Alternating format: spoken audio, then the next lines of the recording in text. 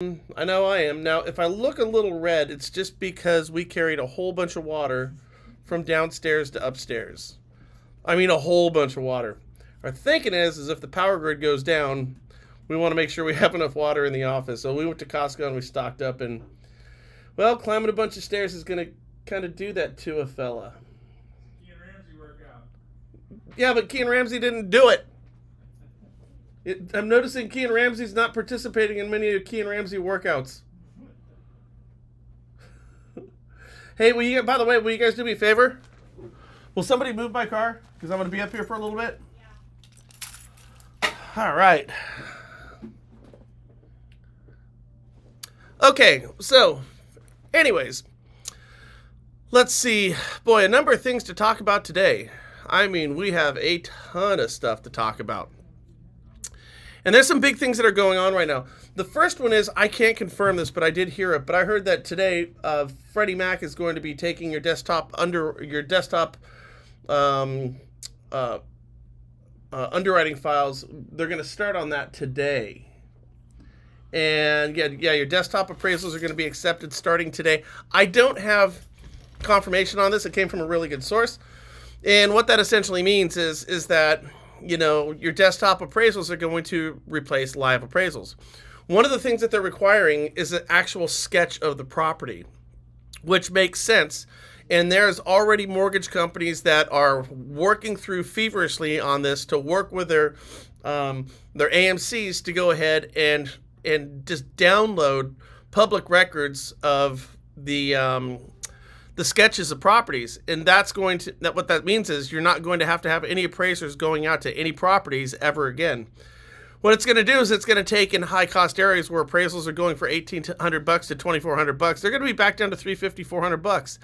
And rather than waiting for 2 to 3 weeks on appraisals, they should be turned in a matter of days, not a matter of weeks. Again, I've heard that Freddie Mac actually launched this today. I don't have a confirmation on that right now. But here's the whole thing. It's coming. It's coming with Fannie and Freddie. And in fact, they said it's coming in March of 2022. Last I checked, that's where we're at. It's called the Remote Work Revolution to spawn yet another evolution in the real estate transaction. Beginning March 19th, 2022, Fannie Mae and Freddie Mac will accept remote desktop appraisals nationwide on eligible transactions without the appraiser ever stepping foot into the subject property. And this is according to the FHFA. A really, really scary place right now if you're a long-term professional appraiser. I mean, this is going to be transformative. It really, honestly is. And yeah, I mean, that's really all there is to say about it. It's going to take a while for everybody to get on board with this. The technology is going to have to be there. The AMCs are going to have to get on board. The mortgage companies are going to have to get on board. But what everyone's looking at is speed and convenience. I believe this, guys. I know there's a lot of people out there who believe that automated appraisals are going to be better than live in-person appraisals. In fact, when you look at the big push, why do you think we've had this big push over the past 6 months talking about systemic racism in appraisals? I mean, I've never heard that before, ever, in the history of the mortgage industry. Yet overnight we started saying, well, there's a problem with appraisers. And I'm not saying there's not. Guys, I don't know enough about the whole situation. I do know that it's a talking point that is relatively new. And I do know that we've been moving towards automated appraisals for quite some time right now. And I think I told you, I had a gal who had a property, and it was out in, I want to say like Grass Valley, California, a real high-cost area. And she called me up, and she says, hey, this AMC just called me up and asked if they could do an appraisal on my property. Her property is going for like $580. And I'm like, okay, what's wrong with that? She says, well, the problem is I already had my appraisal done, and we had already drawn docs. We were getting ready to close this thing. And she's like, well, who the hell are you, and why are you asking to do an appraisal on my property? They wanted to do an in-house appraisal on the property. They said, well, you don't have to pay for it, and nobody's going to have to know that we've actually done this appraisal. It will not affect your transaction. She said no. But what it was the GSEs, Fannie and Freddie, running their automated scenarios to see how well that they were competing against an actual in-person appraisal. Now, this took place 3 years ago? 4 years ago? Well, shit, it had to be 4 years ago because it was well before COVID. and is when property values were but just a small portion of what they are right now. So that's kind of I don't know. It's really it's enough to make you think about this stuff for a little while, isn't it? But here's what it's doing: is it is getting us one step closer to automating us out of the transactional process. Okay, I want to read you guys something here. Okay, now this is going to be remarkably boring. Okay, and difficult to follow. But mind you, I will explain why it's important, and I will explain the importance of it. Okay. So let me just pull this up here real quickly.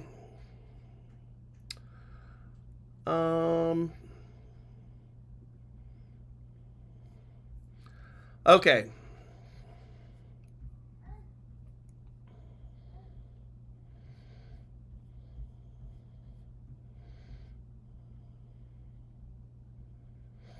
Okay.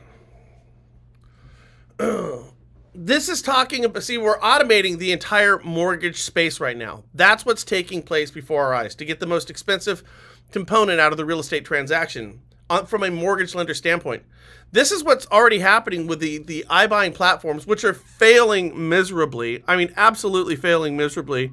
But it's all trying to move towards automation. And I have concerns about this. First of all, like I said, with the appraisals, I have a problem with that because automation is just it's not going to be able to tell what type of condition the house is in. It's not going to have a level of geographical competence that you could build into any algorithm. You simply can't do that. That's exactly what torpedoed Zillow, and I think that has a hell of a lot to do with what we've seen with the earnings report from Open Door that we'll go over in a minute, which were actually worse than Zillow's. These two companies combined have lost well over $1 billion in the last year. But this is really important, and this just came out today. So this is what I wrote earlier. In a move to further automate the mortgage industry, the Mortgage Bankers Association, we know who they are, they just announced that MISMO, okay, now what's MISMO? MISMO is the Mortgage Industry Standards Maintenance Organization. Okay, that's what MISMO stands for. It's a mortgage industry standardization maintenance organization. How do we standardize everything in the mortgage space? Well, it's already standardized for a traditional underwrite and what we've done this far. But how do we standardize it going forward? What does that really entail? Well, that's how we go about using technology, okay? So MISMO is a not-for-profit, wholly owned subsidiary of the Mortgage Bankers Association responsible for developing standards for exchanging information. We get that. How does somebody get a verification of employment, a verification of deposit, a verification of rent, a verification of mortgage, a credit report? How do we get that from the point of origination over to the company that's going to fund these deals? And here's what we know. It's already automated. All of that stuff is completely automated. But what they're doing is they're responsible for developing the standards for exchanging information and conducting business in the mortgage finance industry, period. That's what MISMO is doing. So MISMO, they just announced a new eVault Standards DWG, okay? So you have to ask yourself, what's an eVault standard? And what they're going to do is MISMO is going to they're going to collaborate with the eVault standards with industry participants, along with the Mortgage Bankers Association. It's going to have government agencies and other stakeholders to create a single set of standards that reduce the financial and operational cost involved with eVault transactions. eVault transactions, automated transactions, electric transactions, non-human, non-loan officer transactions.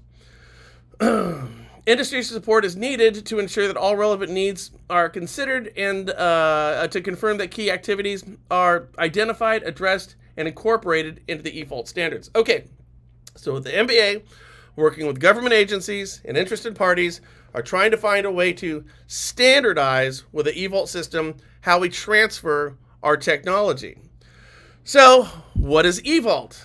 Okay, now eVault is an electric vault. It's also known as eVault. It's a technology component of digital, commercial, and mortgage lending. Listen, coupled with e-signature technology, we know what that is. Only purpose-built eVault technology allows lenders, by the way, mortgage loan officer is not a lender here, Allows lenders to satisfy all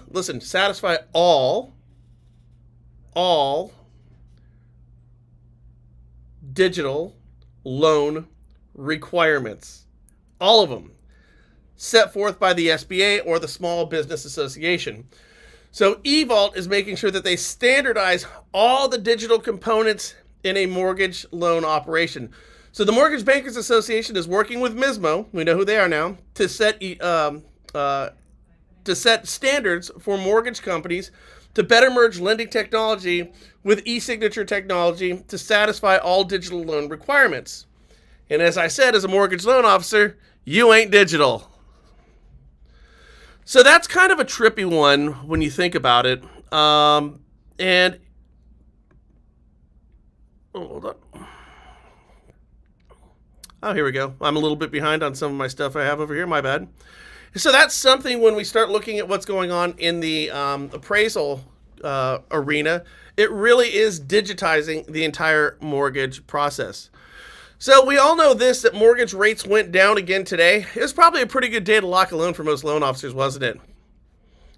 I mean, I hesitate to talk about this too much because I can't help myself sometimes. But I mean, what's bad for the world is good for interest rates right now, isn't it? What I find interesting about the interest rates dropping right now is nobody foresaw this, because nobody saw a invasion of a country that got us as close to we have ever been to nuclear war since the Cuban Missile Crisis. That, by the way, think about that for a second. We are as close now to nuclear war as we were during the Cuban Missile Crisis. No, that's not true, Brian. Well, you didn't see that crazy bastard over there in Russia talking about using small tactical nukes if you can't find a way to win a war that looks like on a daily basis it's going to get harder and harder for him to do it. So as a result of all that, people are putting their money in bonds and they're taking it out of the stock market. I think the stock market got kicked in the teeth today. It was getting kicked yesterday, but it seemed to kind of recover a little bit. But, I mean, people are going to start parking their money in bonds. Wow, the Dow actually did... They recovered. That's interesting.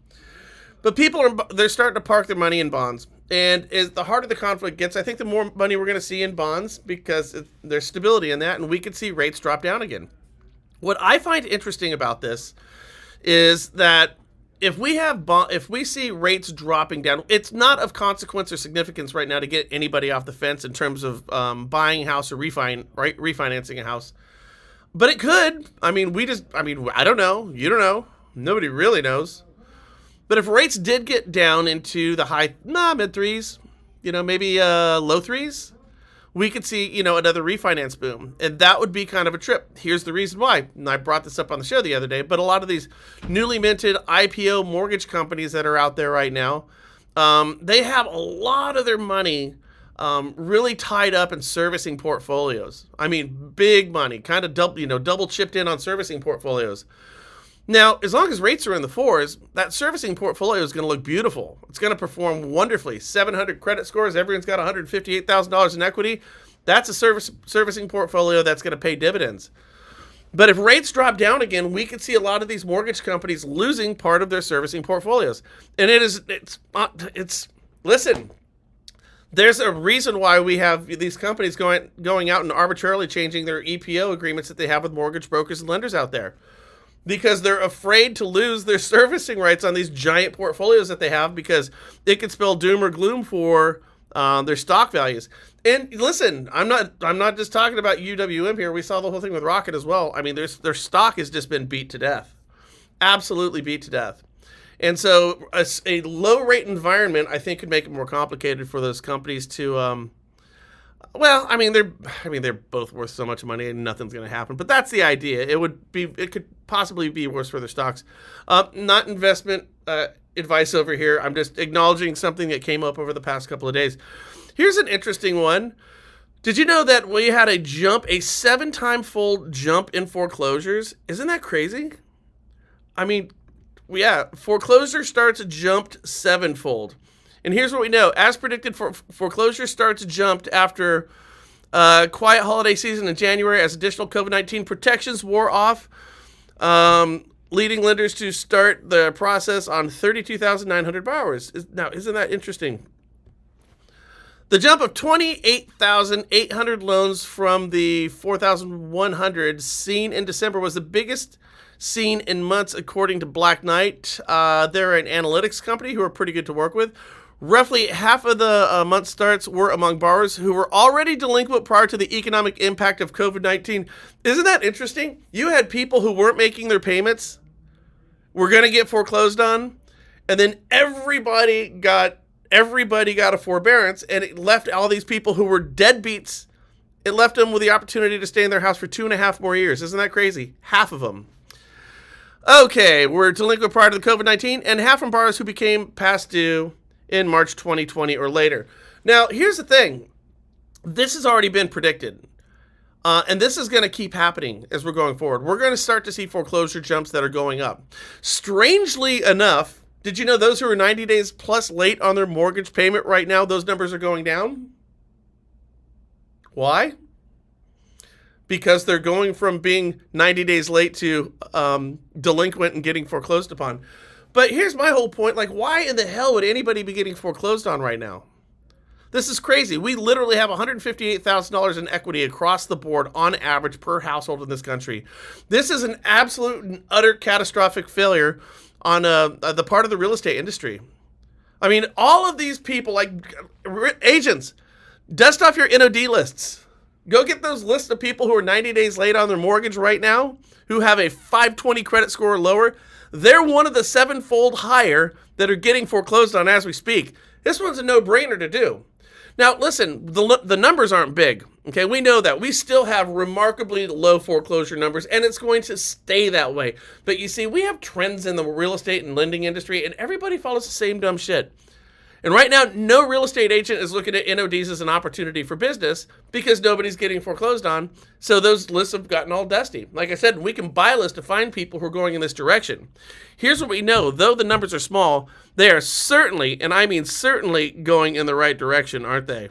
I mean, just totally going in the right direction. Let's see. What else do we know today? We know this. Let's see over here. Okay. Fannie Mae, an action for diversity and inclusion. Let's see. No, I was trying to find something here. Let me see if I can find it. Shoot, I don't have it here. Oh, here we go. Got it. Okay. So Fannie Mae, it appoints its first ever chief D&I officer. Fannie announced the appointment of Sharifa Anderson as SVP and Chief Diversity 7 Inclusion D&I Officer, a newly created role for the GSC. She's also going to serve as a member of Fannie Mae's Management Committee. In her new role, Anderson is going to be responsible for Fannie Mae's commitment to promoting supplier diversity and enabling opportunities for minority and women-owned firms in capital markets and fostering an inclusive workplace that attracts, develops, and retains talent. Okay, so one, let's just get this right out there. All for it. Think it's a great idea. Anything that promotes home ownership amongst underserved communities and promotes diversity and inclusion is great. Great. No ifs, ands, or buts. Absolutely 110% all for it. Here's my only question I have. So for decades and decades and decades and decades, this has been the charter of the government-sponsored enterprises we know as Fannie Mae and Freddie Mac. This is what they have been talking about, and this is what they've been trying to do for years, is serving underserved communities. This is what they've always talked about. In fact, if you search Fannie Mae role in diversity, you get 621,000 search results for that very specific mention. And again, all for it 100%. But my question is, and these are the harder conversations that we have to have right now that we simply aren't having. Did you know that black homeownership rates right now is lower than it was a decade ago? That's a fact. That's an embarrassment. That's a total failure. But if Fannie and Freddie have been promoting inclusion and serving underserved communities and communities of color, and they've been doing this for decades and throwing billions of dollars at it, why do we have lower numbers of home ownership amongst the African American community today than we had a decade ago? Now, that just tells me what they've done up until this point has been a failure. So, I mean, it's like, one more potato in the pot. So now we're creating a new role on top of other redundant roles that they've been doing for this for years and years. Now, again, I said I'm all for it, and I am absolutely all for it. I am just hoping as we go forward that I just hope that our new chief, our D&I chief, the newly created role, is just not, another person who is on top of a long list of folks who have made decisions that simply haven't worked. I hope she comes in with fresh new ideas that truly impacts underserved communities. You come on in, honey. Here's my daughter. So, anyways, it's kind of going to be an important thing to look at as we're going forward. It matters to me. It should matter to you. It's following a trend that the Biden administration has really been talking a lot about, and that is, again, serving underserved communities and communities of color. And it's a great thing. I just hope that it's just not another person doing the same thing. Building on redundant policies that simply haven't worked for decades and decades and decades. We need to be going in the right direction, not the wrong direction, because we collectively as a country are throwing way too much money at the solution to get the type of results we're getting. All right, listen. Hey, I'm going to let you go. My daughter's here. We're going to head home right about now. And you guys stay safe.